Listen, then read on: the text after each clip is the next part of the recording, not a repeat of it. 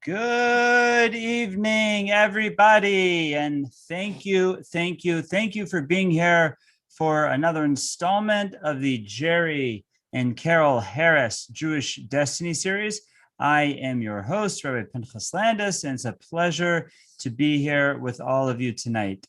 So before we get rolling into our very exciting topic, just a few public service announcements for upcoming events, schedule changes, and whatnot. First of all, the Landis family will be on vacation the first 2 weeks of August. So the original schedule did indeed show classes the next 2 weeks, but they in fact will not be happening because we will not be in town. And therefore, the next time we will meet after tonight will be August 18th. So if you go to our website, to the link for the Destiny series, where we put all past lectures and we keep the updated schedule, you'll see the updated schedule there. And as well, I'll drop the file in here. If anyone wants to download the actual file, they can for sure. Actually, this is a WP. Anyways, here we go, right over here. I think this is it. Yeah.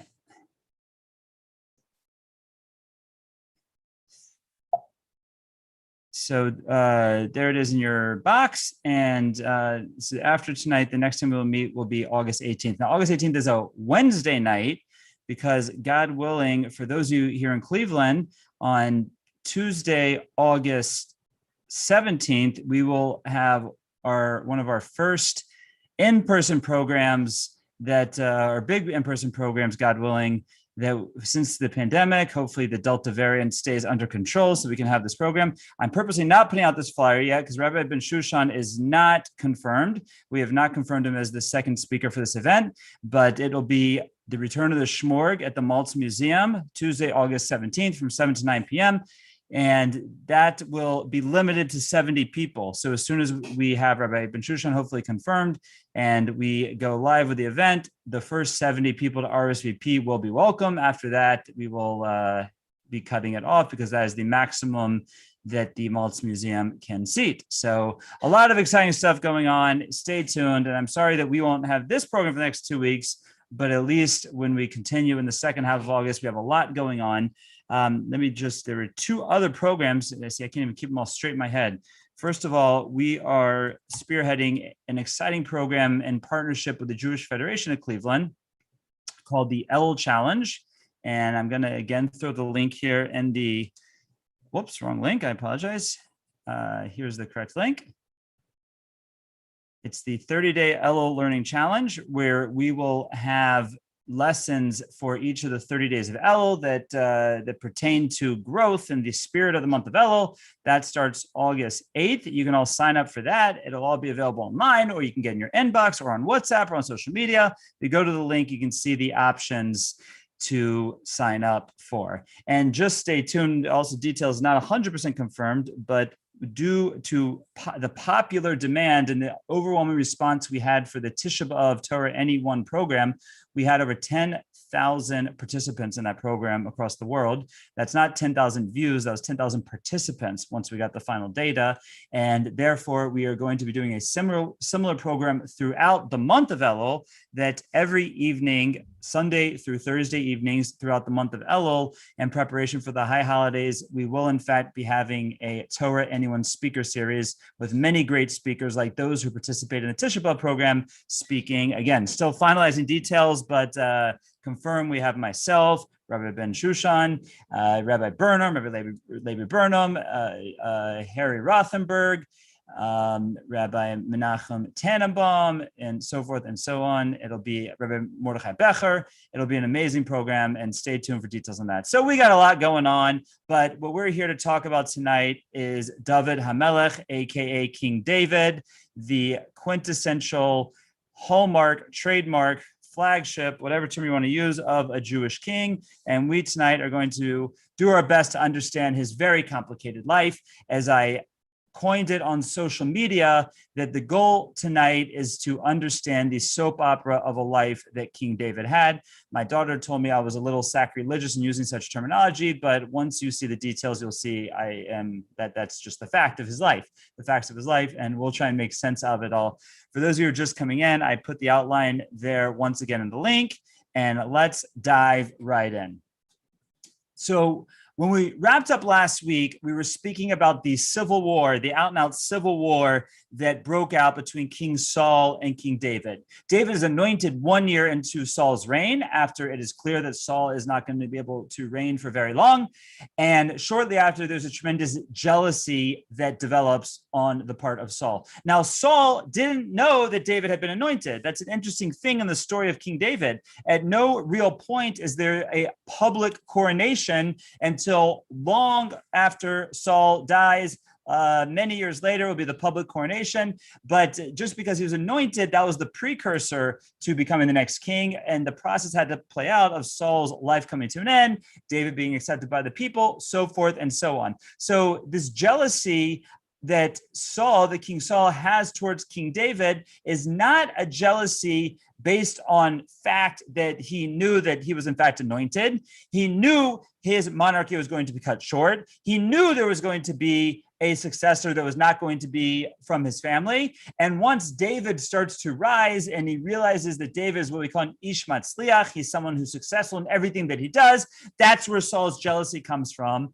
And there were several initial attempts that Saul put forth to try to wipe out David. They did not work. Eventually it becomes an out-and-out war and a civil war. The whole time David is running, his support is building. Saul goes after him. David proves his loyalty. Saul backs down. Saul's emotions flare up again. He goes after David. David pulls his loyalty. Saul backs down. It's just this back and forth. And it's a whole family feud, because at this point, David is actually married to Saul's daughter, Michal. Now, Saul doesn't let them live together, but they are halachically married. And David's best friend is Yonasan, Saul's son. So while Yonasan, aka Jonathan, and Michal do their best to be loyal to their father, they are clearly loyal to David as well. They try to talk sense into their father. It's a whole soap opera, family feud. And as the civil war goes on, eventually Saul gets so overwhelmed with the situation because shortly before this point, Shmuel Navi, Samuel the prophet, has passed away, and that was in many ways Saul's lifeline. And without Samuel's advice, he really was a sail without a rudder. He was a loose cannon. And so what he does is he actually performs a séance of Samuel the prophet. Now, séance, witchcraft, is Torah prohibition, punishable by death, really not recommended. So as much as the Harry Potter books make for great fiction, I would not ever recommend going to Hogwarts. It's a Torah prohibition. Stay away from it, not recommended.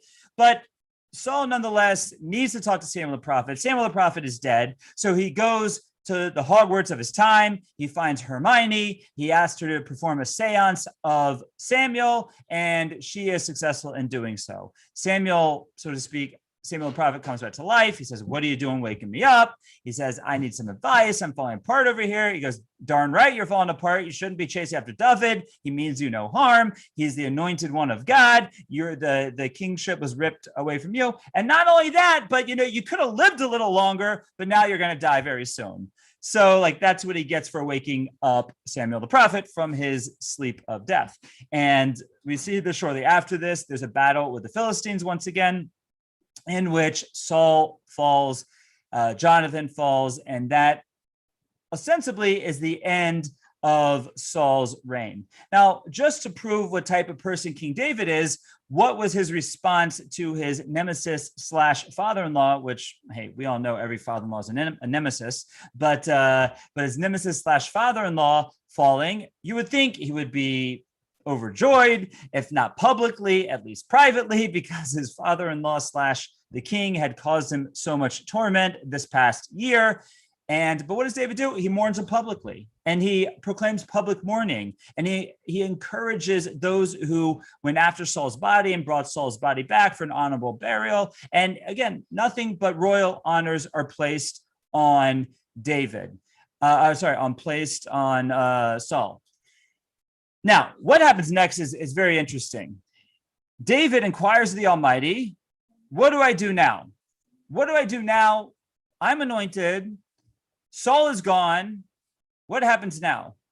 Says the Almighty to David, well, you still have to build your support. You still have to, exert yourself over the people, so to speak. You have to, it doesn't come overnight. So for now, just go to the town of Hebron, and that's where that was the capital of the tribe of Judah that David came from. You will rule over the tribe of Yehuda, and eventually the people will come around and you will be the king of Israel. Here begins a very interesting 7 years. It's 7 years from the time that the time that Saul dies before David becomes the undisputed, the fully reigning king of Israel.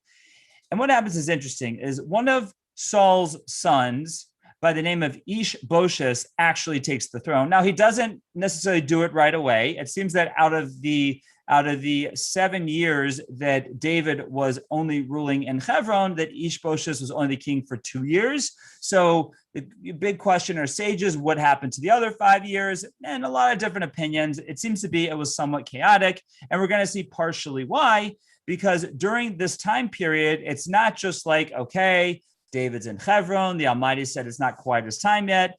We could see on some level that possibly maybe the time allotted for the family of Saul was in fact 8 years. Just Saul only deserved 2 of those years, so now you need the other. It was 9 years. Saul only got 2 of those years. So now you need his kids to pull out the next 7.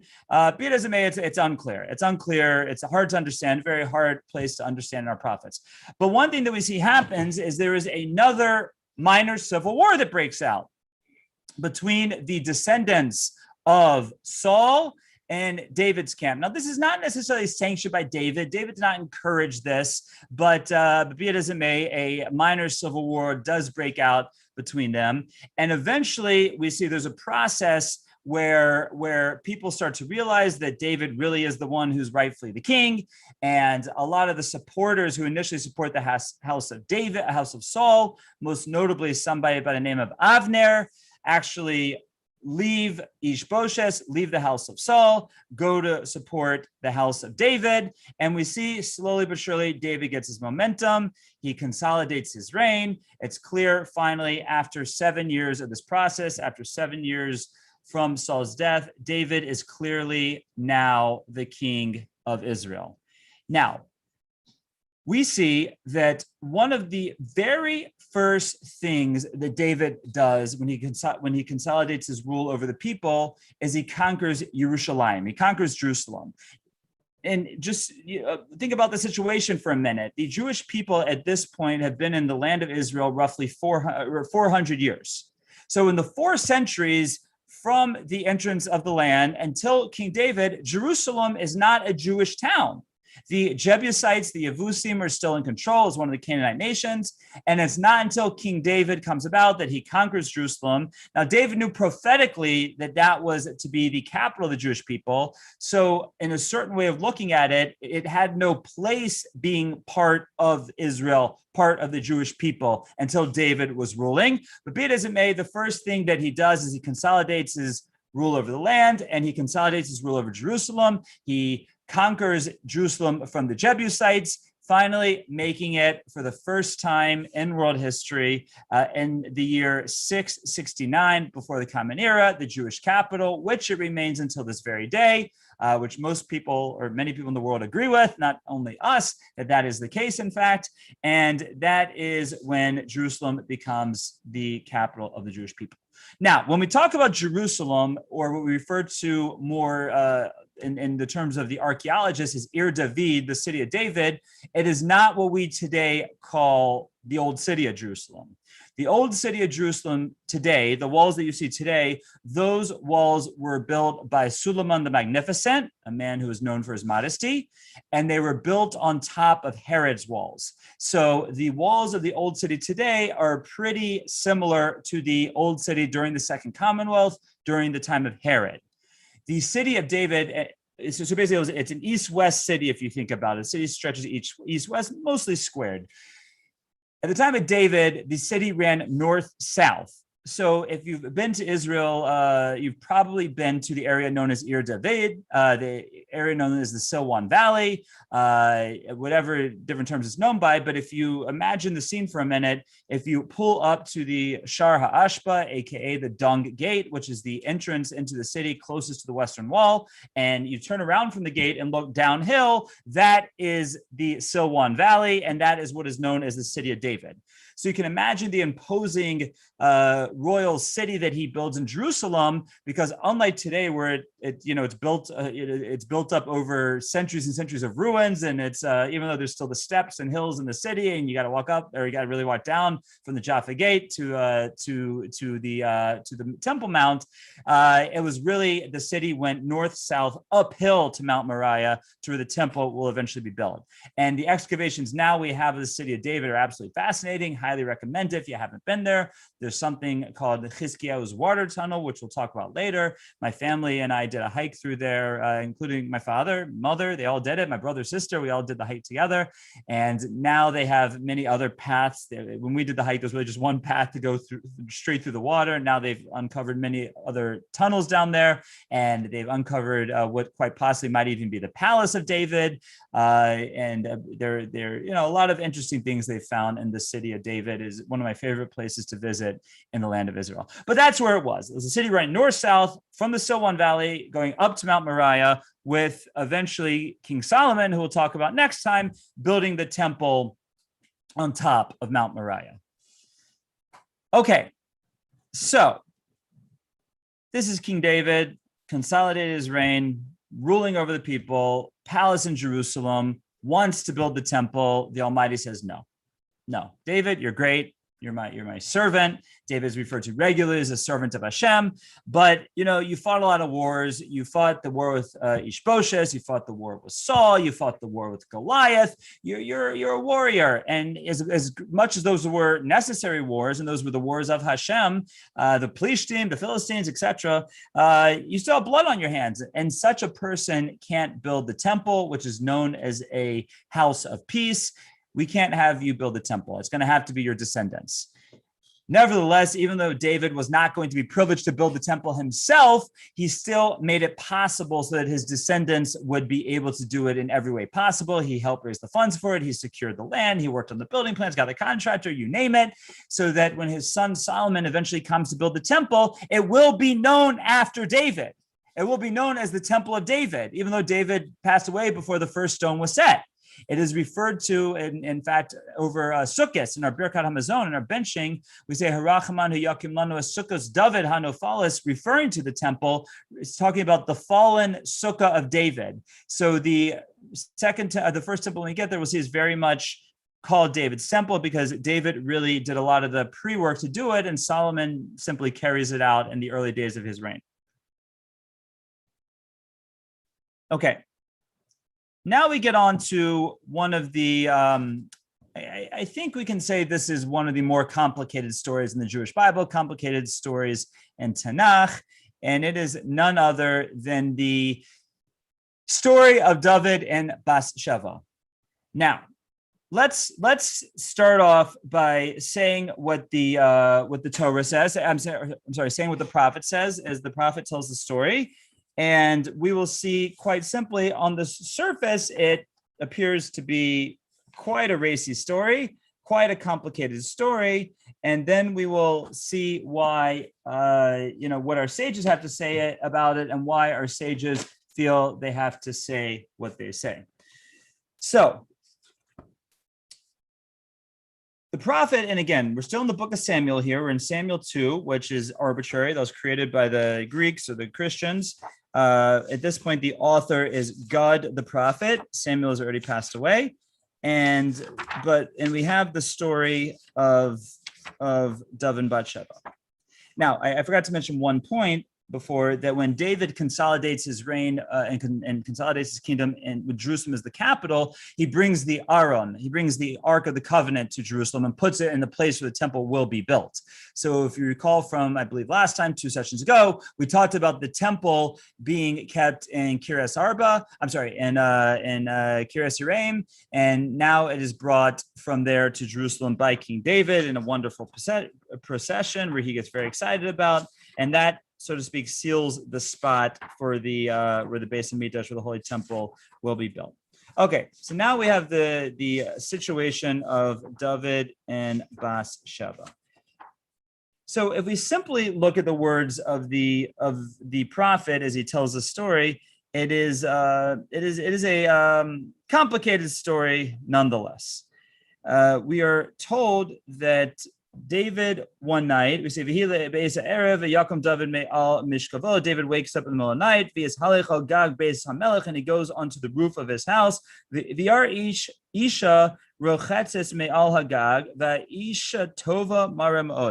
And he sees at another mountaintop a woman is bathing, and the woman is very beautiful. And David sends for her. Batsheva bas Eliam eshes Uriah Hitti. The girl is Batsheva. She is the daughter of Eliam, the wife of Uriah Hitti. And David sends his emissaries, and he brings her to her, and he sleeps with her.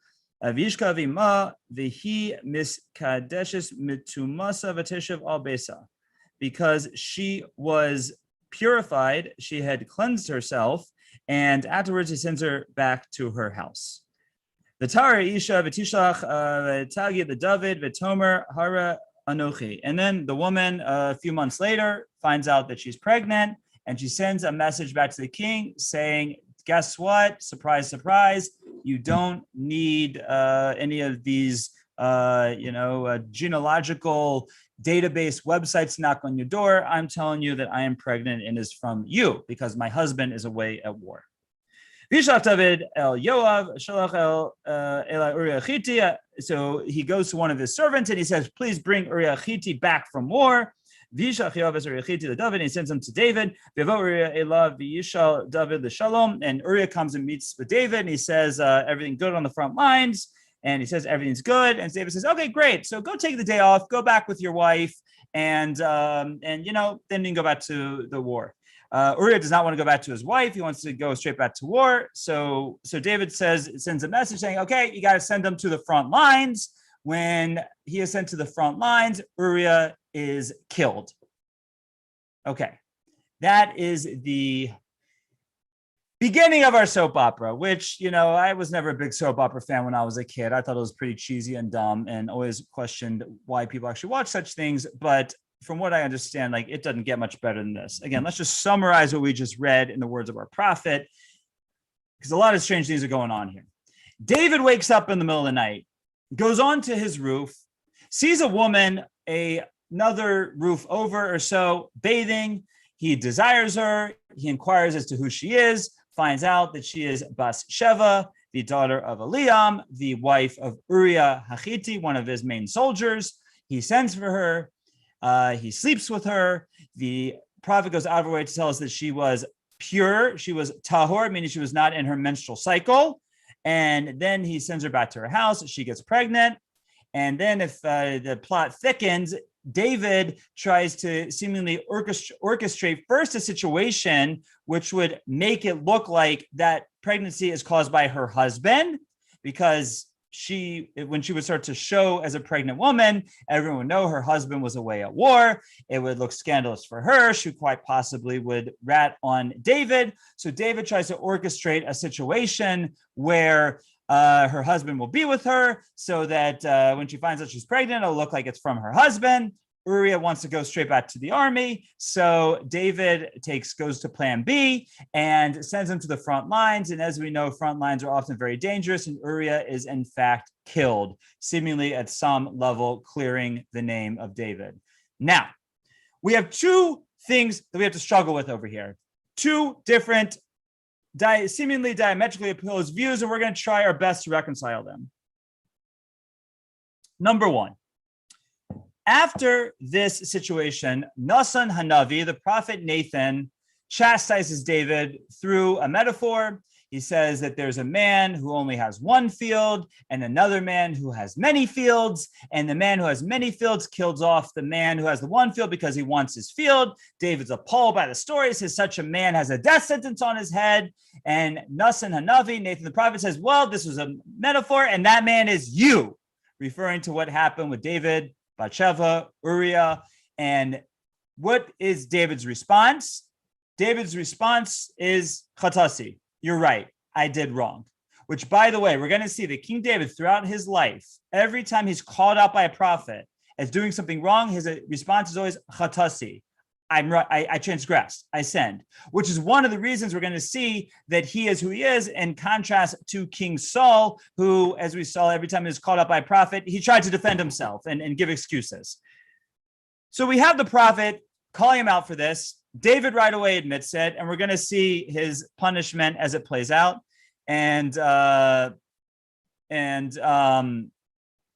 it's a complicated situation. Now, that's, as we say, pshuta shel mikra, the simple reading of the story. Our sages, as usual, seem to complicate matters, but for a very, very specific reason. Our sages say anybody who says that David, the King David, was a sinner is wrong. What do you mean, rabbis? What do you mean, rabbinic sages of the Talmud? The prophet Nathan said he was a sinner. David admitted he was a sinner. Who are you to come along and say that David was not a sinner? What are you talking about, Willis? What's going on over here? So where are our sages coming from that they would make such an audacious statement? And how do we understand it? First of all, the audacity of the statement, where I believe it comes from. Number one, there's a simple reading of the verse that's very difficult. I mentioned it when I read the verses inside, when I summarized them afterwards. The prophet tells us that Batsheva was tahira, was pure, for lack of a better translation, when she was with David, which means that she was not in her menstrual cycle. A husband being with a wife, or even an unmarried man being with an unmarried woman who is in her menstrual cycle, is a Torah prohibition, a very serious Torah prohibition. That's the concept of the mikvah. Women go to the mikvah after their menstrual cycle, etc. So the prophet tells us that part of what she was doing on the rooftop seems to be that she was going to the mikvah, or she was pure from her menstrual cycle. She was not in a state of what we call nida. What's the big deal? I mean, if you add up prohibitions in the Torah, what's worse? Sleeping with a woman in her menstrual cycle or sleeping with another man's wife? Sleeping with another man's wife is much, much, much worse in the eyes of the Torah. So why would the prophet have to point out she was pure if he was sleeping with another man's wife, which is much more serious? That's, I think, the simple question.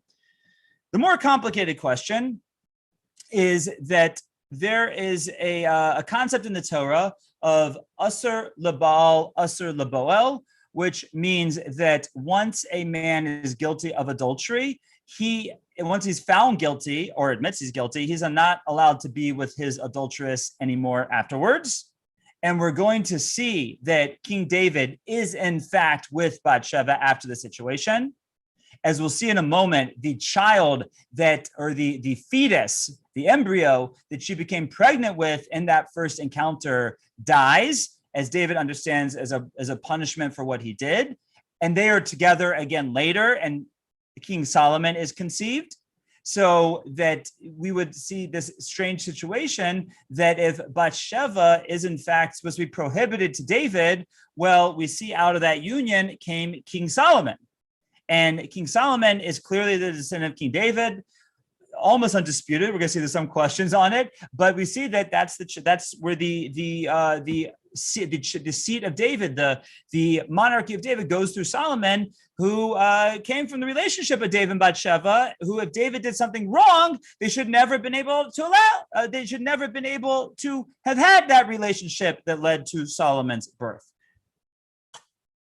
So I think in part that's two reasons why our sages say that. And really the third reason is that David, we see, is regarded as the quintessential king of Israel, the epitome of a king of Israel, in part because he admits when he does something wrong.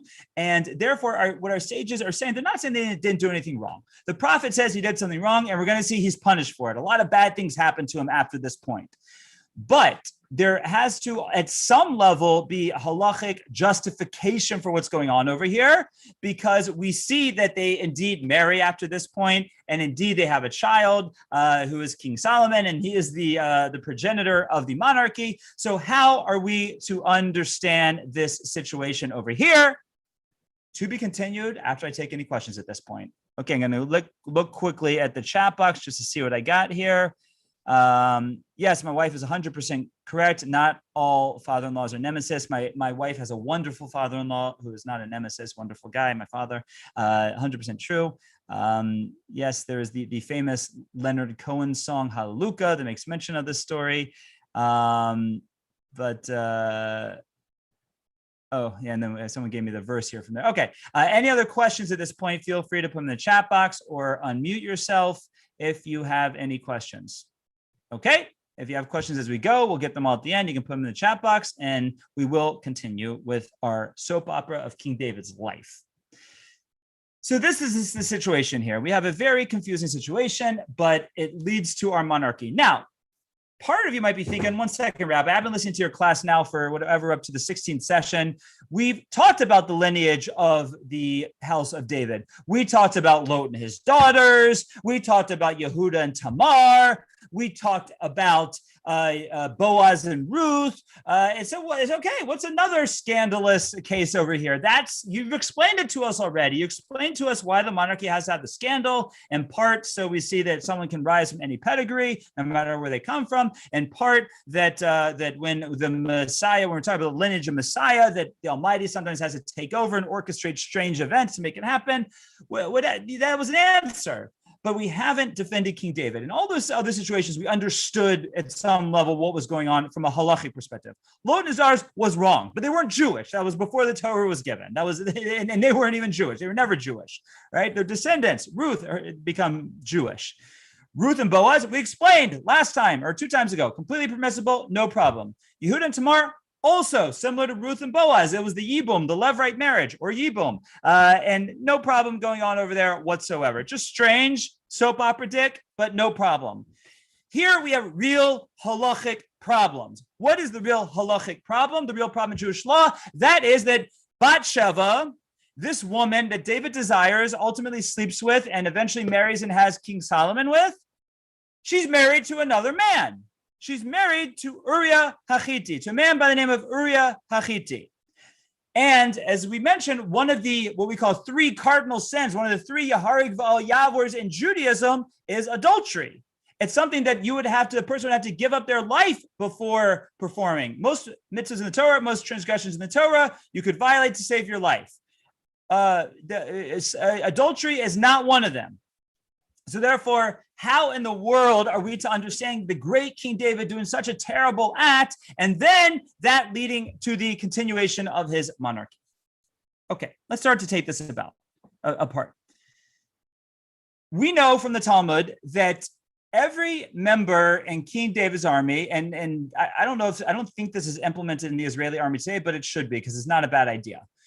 Every member of King David's army that was married, before they would go into battle, they would write a get for their wife. They would write a bill of divorce for their wives.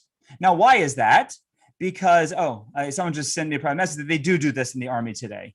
The reason for that is because in Jewish law, and I don't want to get too much in the weeds with this, but in Jewish law, if a man is lost at war and his remains have not been found, the woman is halachically not able to remarry because she doesn't know for sure that her husband is dead.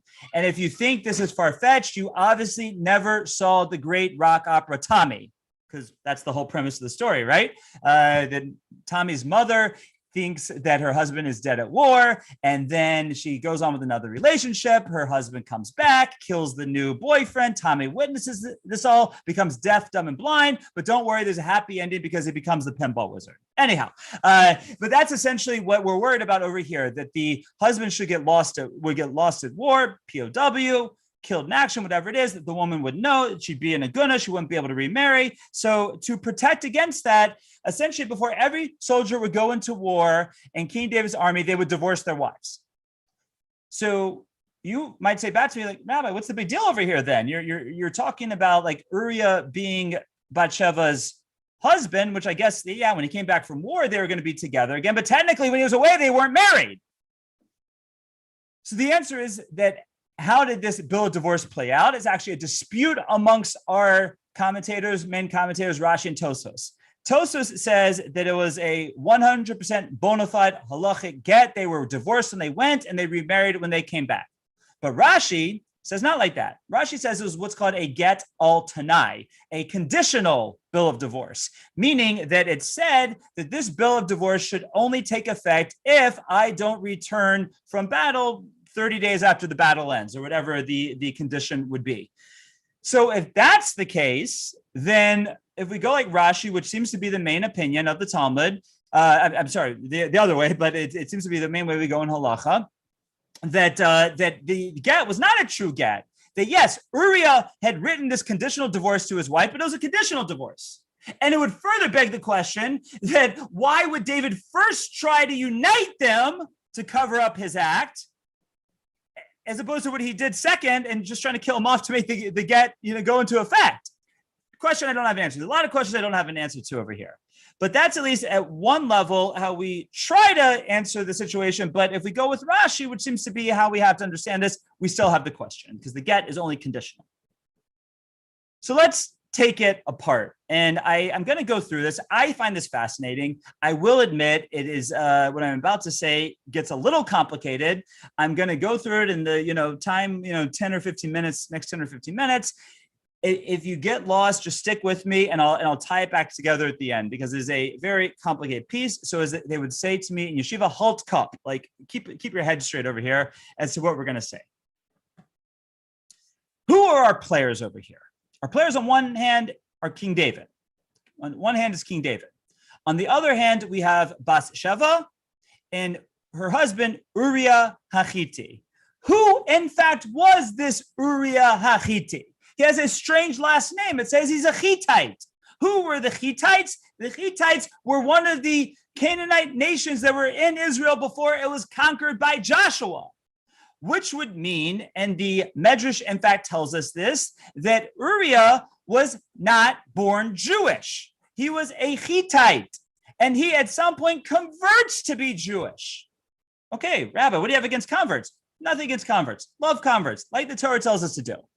But listen to the story of the conversion of Uriah Hittite as told to us by the Medrash. We talked last week of the great family feud between David and Goliath, how David goes out with no armor, takes the stones, throws them, hits Goliath, and at one point of his armor, those open on his head, and Goliath falls. The Medrash tells us, based on a complicated reading of the verses, that Goliath did not, in fact, die from the hit to the head of the pebbles that simply knocked him out and made him fall down. And David needed to still decapitate him to ensure his death. David went into his battle with no weapon but the slingshot. So therefore, what did he do in order to cut off Goliath's head? He had to grab the sword of Goliath because it was the only weapon available. There was only one problem. Goliath is the savvy warrior that he was. And let's face it, in modern times, we've heard many stories of soldiers, police officers, whatnot, doing something similar. He had the sword and the sieve in a way that only he knew how to get out. It had a special trick to get it out. And David, trying to get the sword out of the sieve to be able to cut off Goliath's head, could not get it out. But luckily, Goliath had a shieldsman. And that shieldsman, his name was none other than, you guessed it, Uriah Hachiti. So David sees the shieldsman of Goliath trying to get the sword out. He says, hey, you know how to get this thing out? Uriah says, yeah, I know how to get that thing out. He says, fine, come get it out for me. I need it out. To which Uriah says, that's fine, I'll help you, but I'm observing what's going on over here. I see who's on top now. I see who the righteous nation is. I see who the winner is. I want to become Jewish. But I'm worried as a Hittite and as someone who worked with the Philistines that I'm not going to be able to get married if I become Jewish. So I want to convert to Judaism, but I want you to guarantee me that if I convert, you will be my shadchan. In other words, you'll find me a wife. David says, no problem. Just come help me out. I need help here quickly. Help me get the sword out. We'll convert you, we'll make you Jewish, and we'll find you a nice Jewish girl. The Almighty, says the Medrash, chastises David for this action. He says to David, what are you doing? You're just mafkir benos Yisrael. You just treat Jewish girls like they can be sold into war for you to be able to have success in battle, that you just sold off a Jewish girl to this Uriah so that he could help you out and your final culmination of the killing of Goliath. That's how you treat Jewish girls, says the Medrash. The Almighty chastises David. Says the Almighty, we'll give Uriah a girl. We're going to give him your girl. Marry him off to Batsheva. Okay, that's what the Medrash says. Fascinating Medrash. But in truth, King David had another problem. The question was that in Jewish law, and we discussed this, I believe, 2 weeks ago when we talked about Ruth and Orpah, that if somebody converts on condition, that the conversion works, but it is in fact conditional. In other words, we explained before, and that's the same idea here, that the conversion becomes like a state of probation, as to see if the person is truly sincere towards their Judaism or not. If the person converts for marriage and then shows that they really just did it to fool the rabbi so they could get married and goes right back to being a Gentile with a Christmas tree and idols or whatever it is, then that conversion is null and void. It doesn't work. But if the person converts for marriage, they go into this probation time period. If they show that they are in fact, indeed, sincere Jews, the conversion remains good. Uriah essentially is in this situation because he says straight out that he will convert on condition that King David will marry him off to a nice Jewish girl. That's a conversion on condition, and therefore the conversion should been not accepted. But once it happened, we put Uriah into this state of probation as to whether or not his conversion is going to be considered good. Okay, now you have one character in the movie, one character in the soap opera. We have Uriah clear, and we see that there's a complicated individual in Uriah Hitti. Let's go to Batsheva and her family. What I'm about to tell you now is based on the Talmud, Sanhedrin 69, which goes through the family tree of Batsheva and strangely tells us the age of everybody in Bathsheba's family. Batsheva had a grandfather who we're going to meet in a moment, a little bit more in detail, by the name of Achitophel. Now, Achitophel started off as a great man, but we're going to see that he ends up not so great. Achitophel is Bathsheba's grandfather. The Talmud tells us that Achitophel, at the time of his death, was all of 33 years old.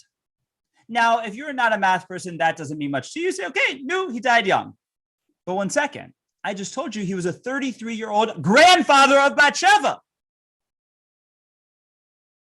33-year-old Zeta. That's what we have over here. So if the Zeta was 33 at the time of his death,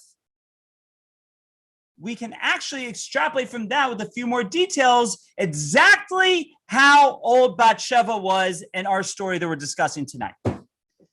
So the Talmud says Achitophel the Zeta was 33 years old, and that when Shlomo HaMelech, when King Solomon, his great-grandson, was born, he was 26, which means that Achitophel, at the age of 26, was an Alta Zeta, was a great-grandfather, and died 7 years later at the age of 33.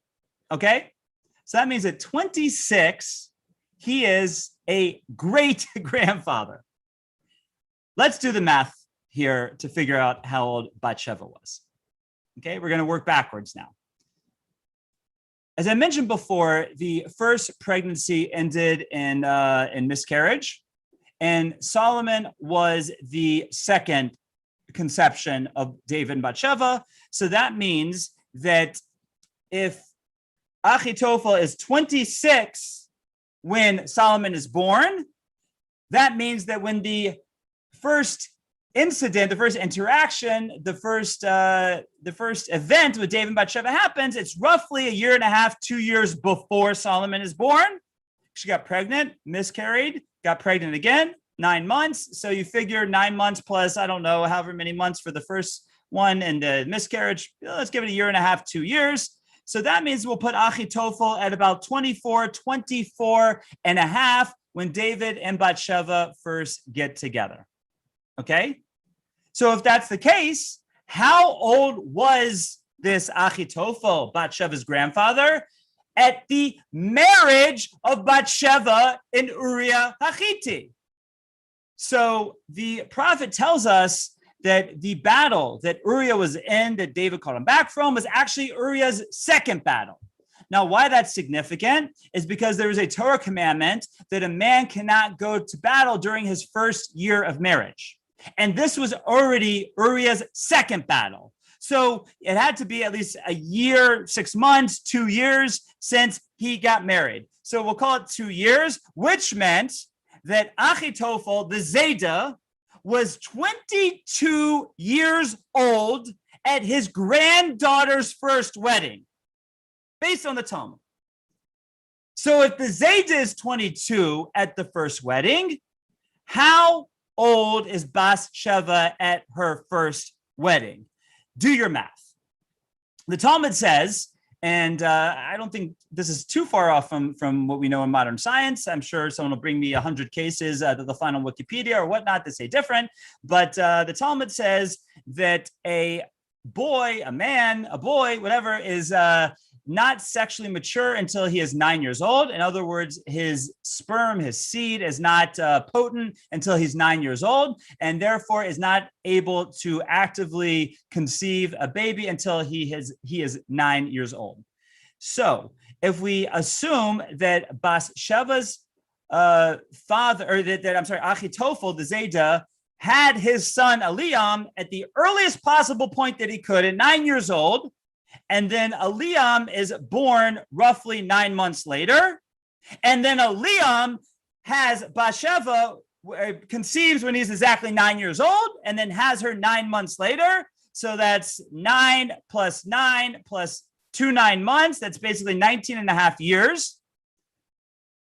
So if Achitophel is 22 when Batsheva gets married, and we subtract the 19.5 years for the birth of his son Eliam and then the birth of Batsheva, that would put Batsheva at about 2.5, 3 years old when she got married to Uriah Hachiti.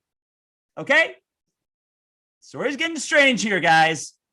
Now, our sages do tell us that similar to how we're told that Rivka, Imenu, that Rebecca was also 3 when she got married, that even though she was 3, she was more mature than her years. She was a distinct woman, a young lady in that regard, above, mature, both physically and spiritually beyond her years. But be it as it may, based on this accounting of the Talmud, we have the family of Achitophel, which gets married and we see dies very young. That Batsheva is roughly 3 years old when she got married.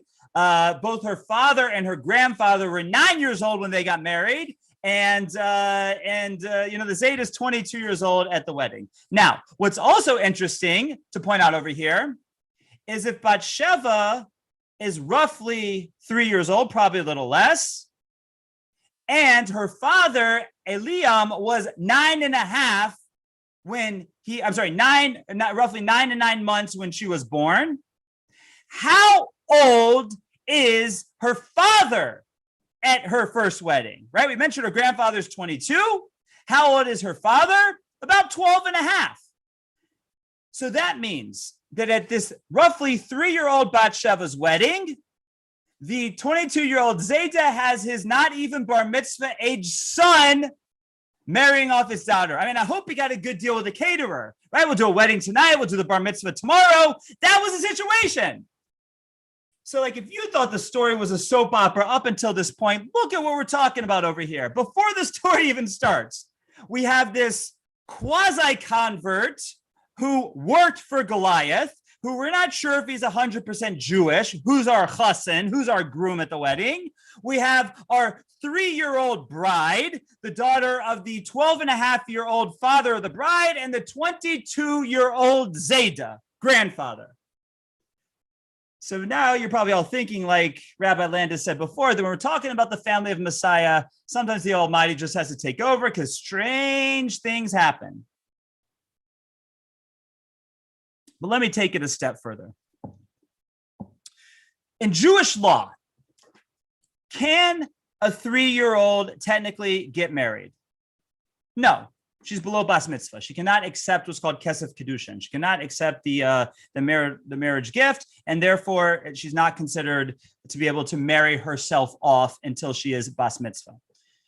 But we see many cases in the Torah, and again, I wouldn't say it's done in modern times, but I would say up until first of all, in Sephardic communities, maybe yes, even more recently. But there's examples of girls getting married below bas mitzvah for sure in the Torah, and for sure in antiquity and many generations before ours. So how did that happen? So the Torah tells us that while a child cannot accept marriage below the age of bas mitzvah, her father can marry her off, and then she's considered like quasi-married until she remains bar mitzvah, until she becomes bas mitzvah, and then can choose to on her own to either stay with her husband or not. So now we have another piece of the puzzle. Batsheva couldn't technically marry herself off, couldn't accept the marriage herself, so her father had to marry her off. There's only one problem. So her father had to marry off what we call rabbinical marriage that wouldn't become a Torah marriage until she turned bas mitzvah. There's only one problem. Her father's not even bar mitzvah. So how does he do this marriage? Also just rabbinical, because he's not bar mitzvah either. So we essentially have this marriage between Batsheva and Uriah Hitti, where it's a double rabbinical marriage between a not even 3-year-old girl and a quasi-Jew. Okay, like it's getting more and more strange over here. The question is why? Well, in truth, King David had to find a situation like that when he promised to marry off Uriah, because Uriah wasn't a pedigree. He wasn't a full-blown Jew. He was a quasi-Jew. So he had to make good on his promise to marry her off to marry him off to a Jewish girl, but he couldn't marry her off to above bat mitzvah Jewish girl because he was of question, and couldn't marry her off to someone whose father could marry her off because that would only be one rabbinical marriage. He needed a double rabbinical marriage to make it that far away to be able to make it work for this person who was only questionably Jewish. Now, that is a crazy story.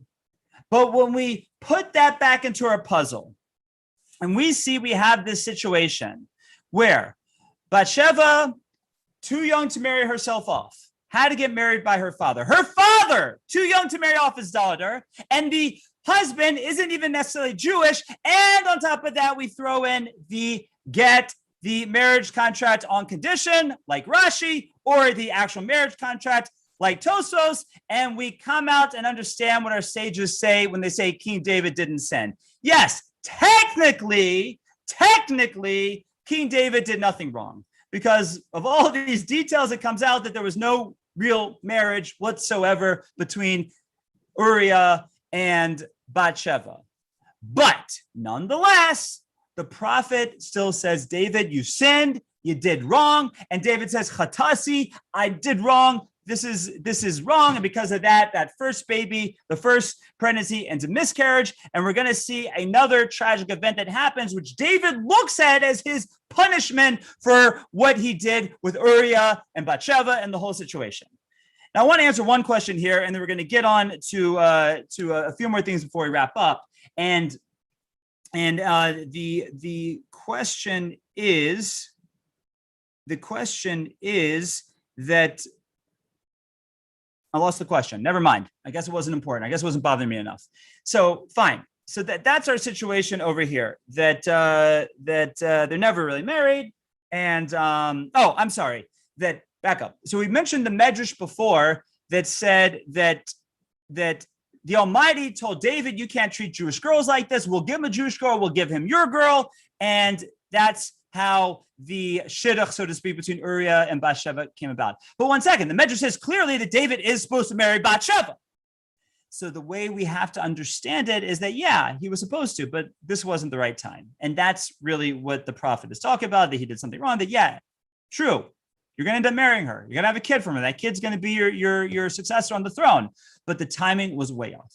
And your timing was wrong. And for that, you sinned and you did something terrible. And therefore, you are going to be punished. Now, the question is, what is the punishment that David really gets? We mentioned the first baby dying and miscarrying, or Batsheva miscarrying, but there's something really more terrible that happens after this. And we're told about a rebellion. There's actually I would say one major rebellion, one minor rebellion that happened against David.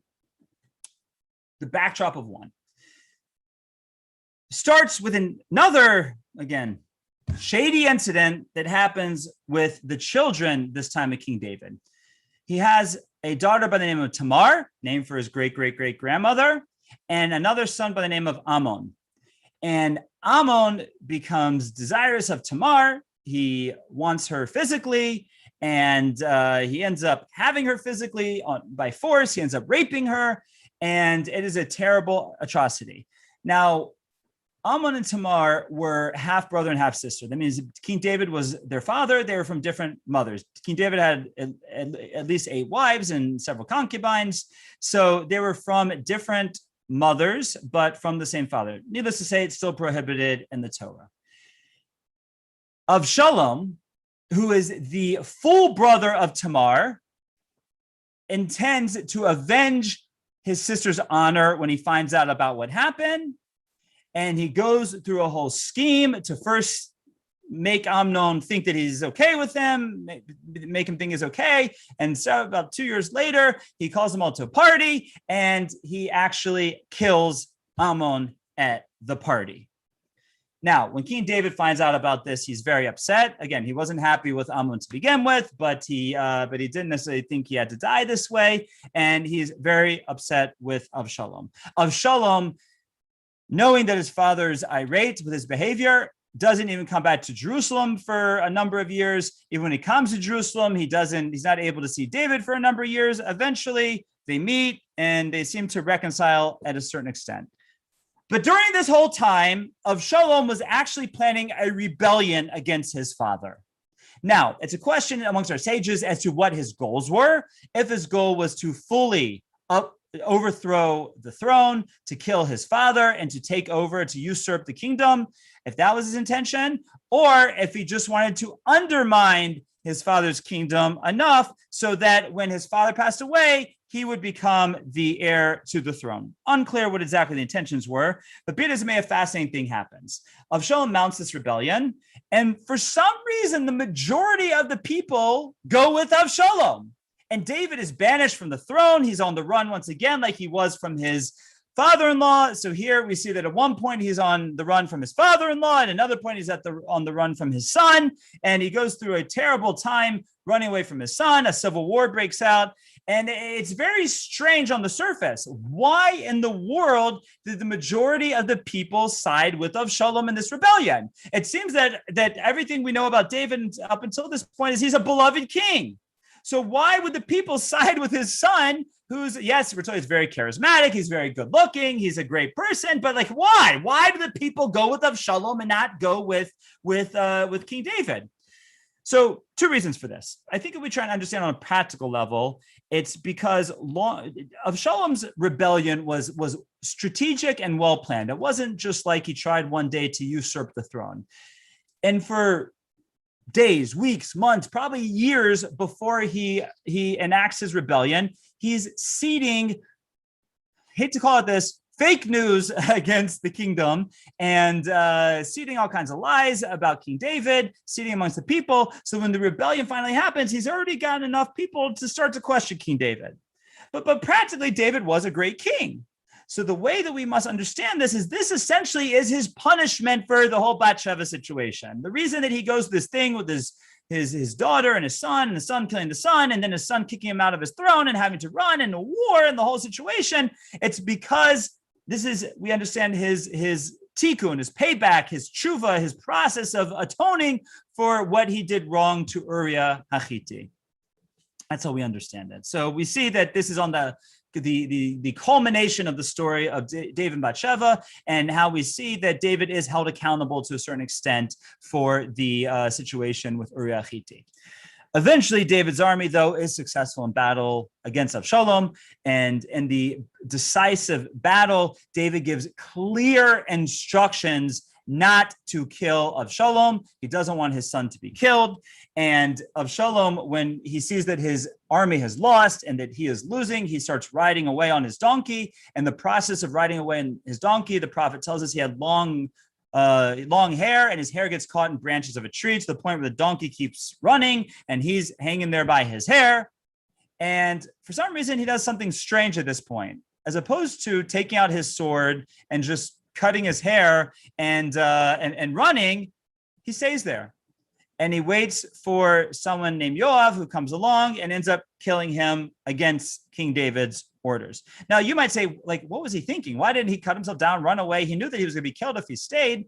And the answer is that our sages tell us that at that point, Avshalom saw the gates of hell, the gates of Gehenna open up beneath him, and he understood full well. You know, it's interesting in the throw of things, and we talked about this on Tisha B'Av in the Torah Anyone talk that I gave, how when people are in the throes of their, thinking they're right, you can't convince them they're wrong. And that was Avshalom in this situation. You know, we called it Bilamism in that talk. But here at the moment where he's caught, he sees his army's lost. He sees the gates of hell open beneath them, and he says, I'm done for. So therefore, he almost wants to be killed as part of his maybe atonement process for what he had done wrong. David didn't want him to be killed. Yoav doesn't listen. Yoav kills him anyways. Now, something interesting happens. When David finds out about this, he mourns greatly. He mourns, and we're told that he actually cried 7 times. He says, B'ni, B'ni, Avshalom, Avshalom, Avshalom, B'ni, B'ni, B'ni, Avshalom, right? 7 times. And our sages tell us that with each of those cries, Avshalom's soul is lifted up from the 7 levels of Gehenna, and he ends up with a place just barely in the world to come.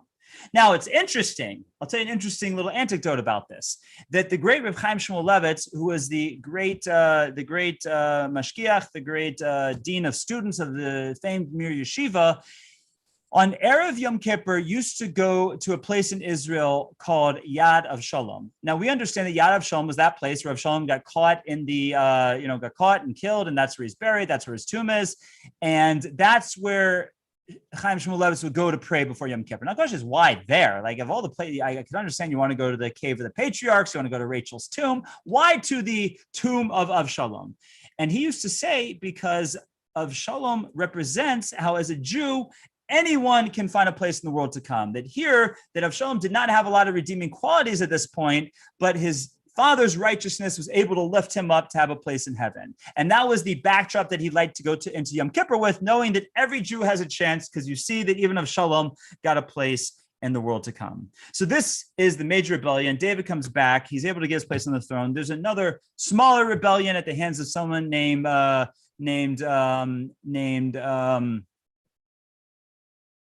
Sheva Bibichri, and that's a much smaller rebellion, but still a rebellion nonetheless. And finally, at the end of his life, we see that his son Solomon, born to Batsheva, is going to take over. That's when we'll pick up, when we continue in mid-August. But one last thing we have here in our outline is, we mentioned this last week and we'll reiterate it now, is that David's autobiography is the book of Psalms.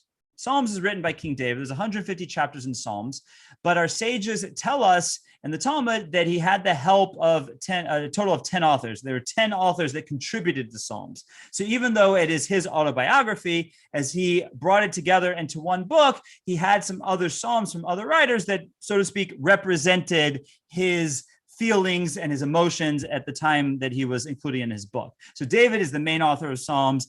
Then we have Adam, Melchizedek, Abraham, Moses, Haman, not Haman, Haman Ezrahi, someone totally different. Yedusun, Asaph, and the 3 sons of Korach. Those are our 10 authors of the Psalms, and that is David's biography. Now, David becomes the quintessential king of the Jewish people after all this because of really everything we've said the past few weeks. First of all, representing that idea that Judaism is a meritocracy, not an aristocracy. And even with this shady background, the skeletons in the closet, the most unlikely person to become king, still he rises to become the quintessential king. And beyond that was, even though he was a political leader, he did it right. Yes, he transgressed because people make mistakes. Everyone makes mistakes. But he made his mistakes with grace and glory. And each time he does not try to defend himself and give excuses like King Saul did. He always says, Chatasi, I sinned. And we see that time after time when he's given the punishment for his transgressions that he can learn from, he accepts it like a man, so to speak, making David the quintessential king of Israel, David Melech Yisrael, Chai v'Kayom, that the monarchy starts with David. And when we talk about the monarchy being reinstituted speedily in our days, it'll be from the house of David, and the king of Messiah that will reclaim the throne in Jerusalem will be just like David, his father. I thank you all for coming. I thank you for listening. I look forward to seeing you again in mid-August. And any questions, feel free to unmute yourself or put them in the chat box. Okay, looks like we got a few over here, or a few comments. Okay. Any questions before we wrap it up? Okay, thank you all for coming. Again, a reminder, we will be off the next 2 weeks, and then we will continue August 18th, which is a Wednesday night, August 18th. We will continue with the story of King Solomon and the kingdom, the house, the monarchy of David's family. Thank you all for coming. Thank you for listening, and have a wonderful, wonderful evening and a wonderful 2 weeks.